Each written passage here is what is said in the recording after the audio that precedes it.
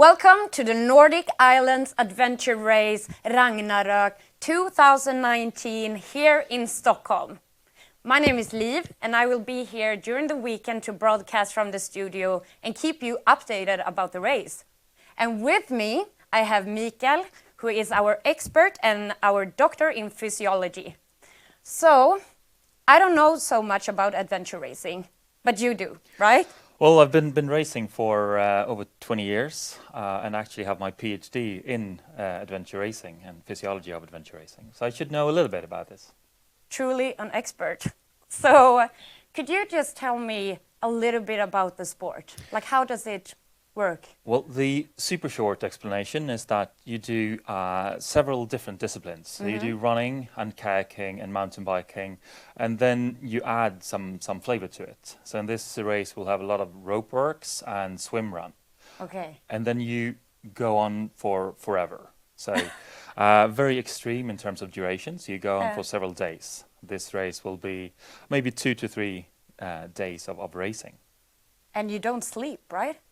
Well, you're allowed to sleep as much as you want, but the race clock will continue, meaning that if you're not competing to win, then you can sleep more. And then you'll be happier and can go faster, but you will lose time when sleeping.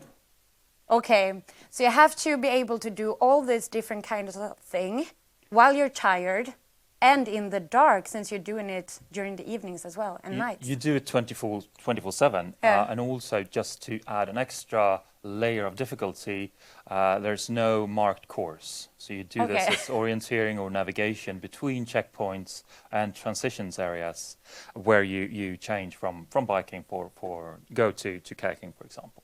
All right, as it wasn't hard enough, right? But okay, so today this race will start. What do you think about the weekend? Well, this will be a weekend race, so they will start Friday evening and enter the finish line somewhere on Sunday. Yeah. And all these races, one of the difficulties is the environment. And here we have cold water, it might even rain, so you have nighttime, not freezing, but almost. It's going to be very cold during nighttime. And then you have daytime, it can be sunny and hot, and they might even run in wetsuits in the swim run in the middle of the city, so it will be very, very warm. And then you try to eat enough, so you will have problem with energy as well, so you might freeze even more during the nighttime. Okay, well, it will be an interesting weekend. We could say that, right? Definitely. Yeah. So I think we should start with like taking a sneak peek on the map to actually get a better picture of what the teams will be going through. So, the map. The race is 284 kilometers long. Yes, and it's a expedition-style race, meaning that there are quite few different stages. So there are 5 stages here, and you go on for hours and hours in the same type of discipline. So, for example, the biking section might be like 13 hours or something for the fast teams, and might be even 16, 18 hours for the slower teams. That's crazy. That's really long. It's going to be suffering for the teams. They're not going to be comfortable during the entire race. And one of the big things in this type of racing is that you have to push through the suffering. You have to continue even though it's hurting. Yeah. And then you will be super happy when you can change from one discipline to the other one. Okay. Because then something else will start hurting. I get it. Okay, so let's go through the map. The first leg. So there is 5 different sections, or 4. Well, there are 4 transitions, but there are 5 different legs or stages. Because the second one, we'll just jump into the second one, because that's super cool. It's mountain biking underground in a mine. So there are going to be hundreds of meters underground in the dark, doing navigation in the middle of nowhere. All right. Yeah. So they will be in a mine underground, and I've heard something about that they will do a rope traverse over a big hole. Yes. So in this beginning of the second leg, they will do a rope traverse that's 150 meters. Yeah.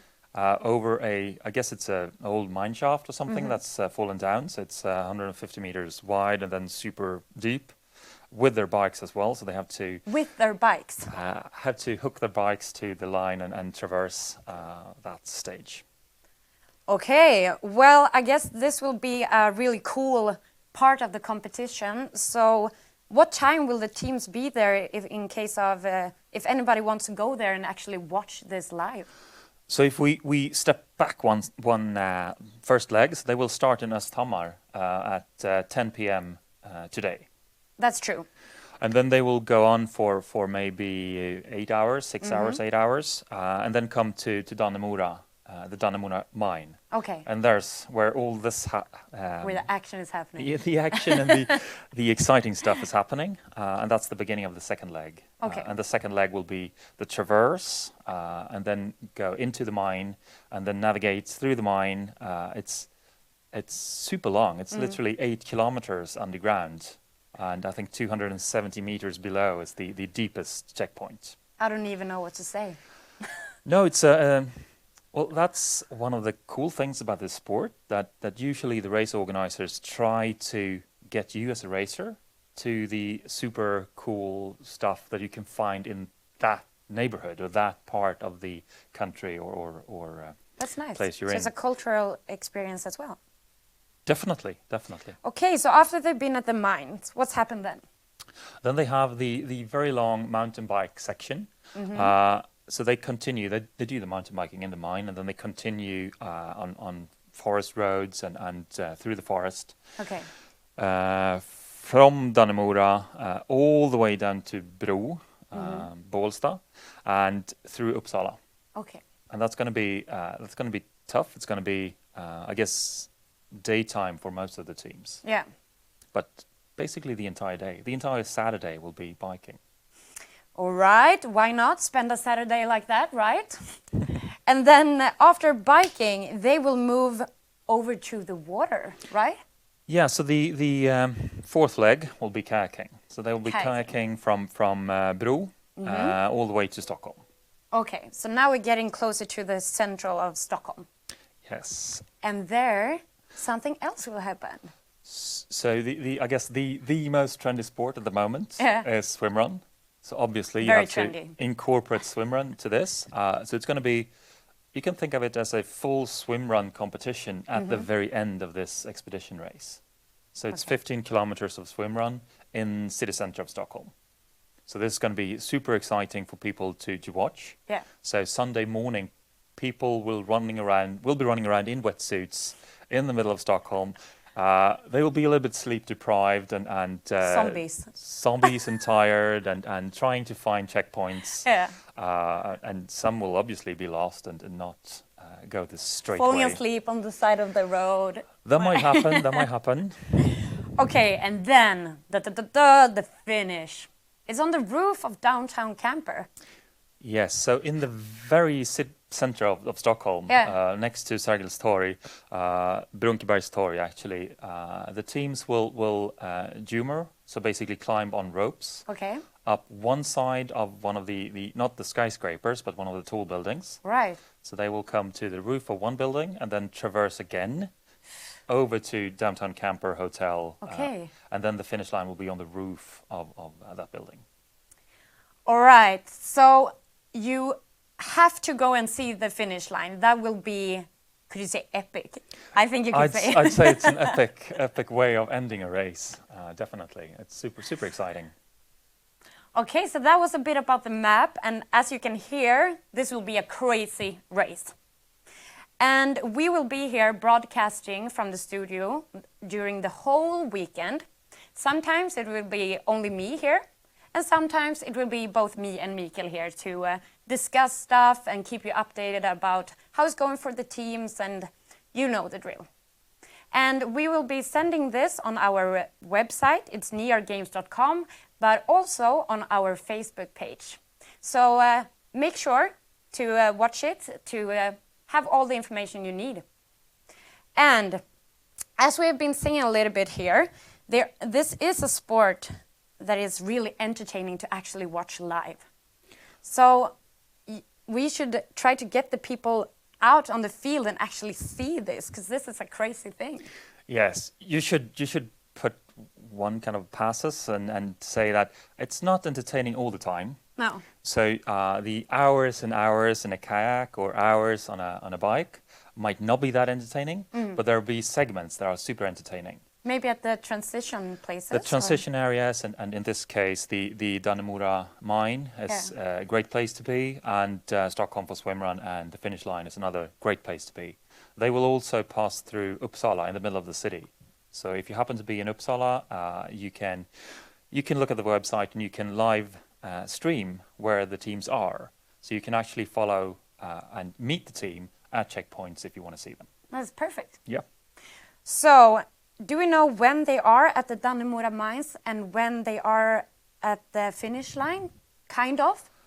Well, they will be at Dannemora mine from, I guess, around 6 a.m. in the morning. Okay. And you can never tell for sure in these races because obviously the race organizers, they try to test the course, but they know where they're going. Yeah. And the teams might be faster or slower or something might happen. It might be starting to rain super heavily and then the running will be slow. And in this case, we know that the running course, you had a storm here just recently. Oh, that's true. So there will be lots and lots of trees fallen over the segments that will try to be running, meaning that will take longer than was expected. Okay, so it's added an even harder segment on the already hard segment.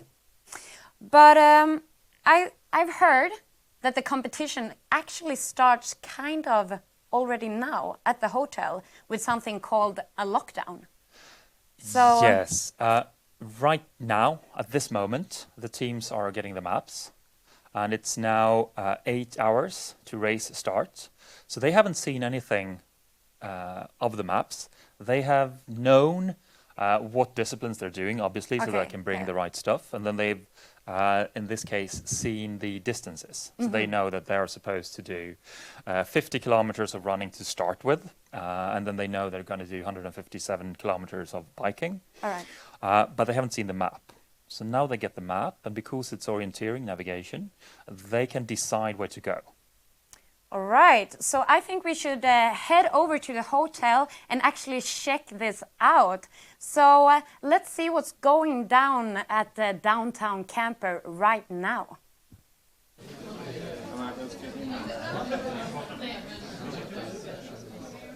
Are we live? Okay.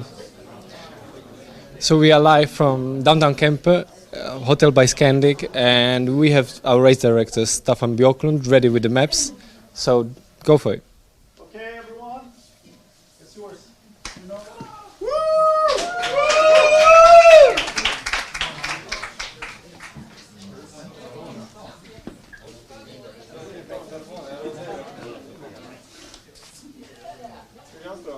Ja, men så inte natt, men det ska bli kul.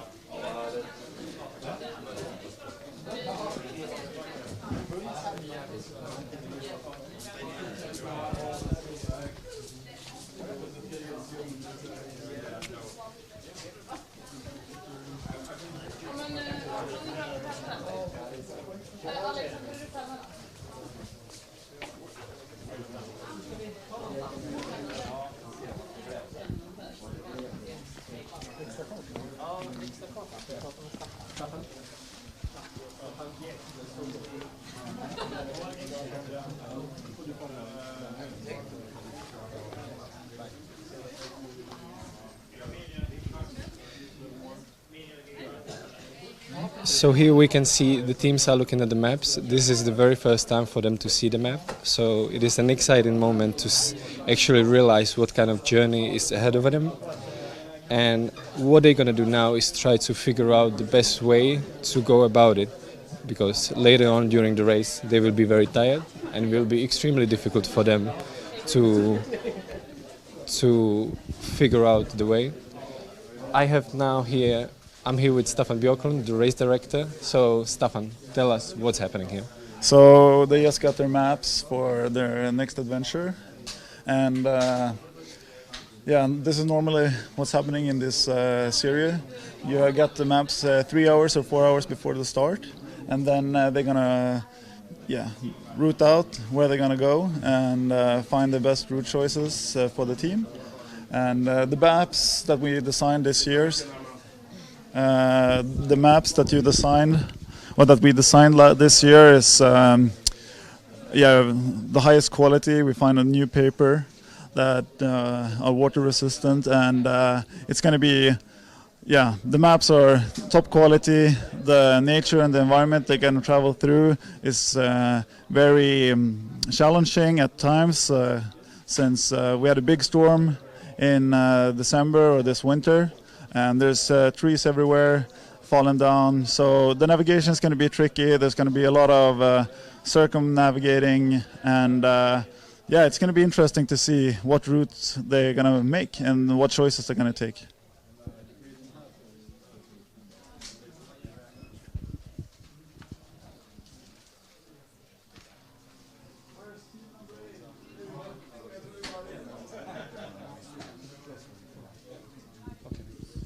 So let's go have a look around what's happening here. We actually have a lot of rooms around, so the competitors can get ready. As you can see, they are already preparing all the maps, jumping straight into it, and we'll just go this way and talk to some of them and see what they're up to.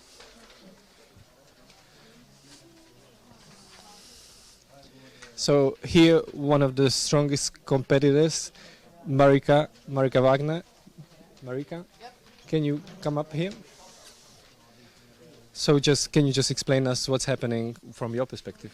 Yeah, we are about to do... okay, I hold it myself.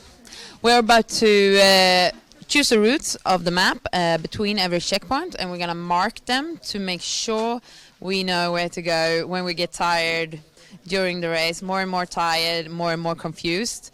So now is the time to choose the best lines, the best routes between checkpoints. So that's what we're doing now, and then we're putting a little extra waterproof on to make sure the painted routes stay on the maps for later. Thank you so much. So we now leave them to work. It's very important, as you can see. So thank you for watching, and see you later. So that was the lockdown, and I am wondering, how do you think the participants are feeling right now? Well, every single team will be super nervous, and because you can actually do something now. Now they've gotten the maps, Right. they can try to prepare, and they can try to find a better way, and they can actually try to figure out how to do something better than what they prepared before. So now they can actually do something. And then they will have a couple of people in the team, will go through the maps, and then they will have person 3 or 4 in the 4-person teams that either are just annoying and doesn't understand the map, or they can try to help some other way because they need to get food or prepare something. And then you have 2 people usually that try to figure out the best way, and discussing and trying to find the optimal way between the checkpoints. And it can actually be the longer way because it's a better road. Yeah, Compared to a shorter one with it's true. more difficult terrain. True. So every single team will be super nervous here and anxious, even the top teams. Yeah. Because this is very, very important. This is crucial for the top teams.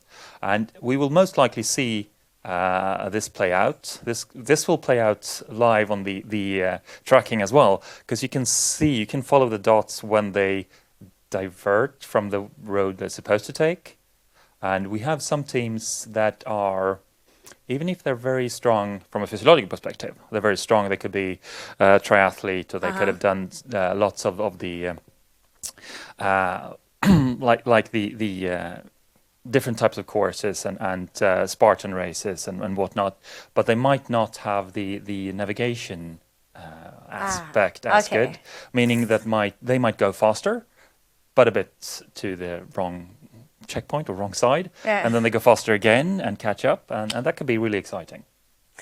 And the dots Mikael are talking about, these are the dots on the tracking. So if you go into our website, niargames.com, you can follow the teams because every team has a tracking device. So you can just see them exactly where they are on a map.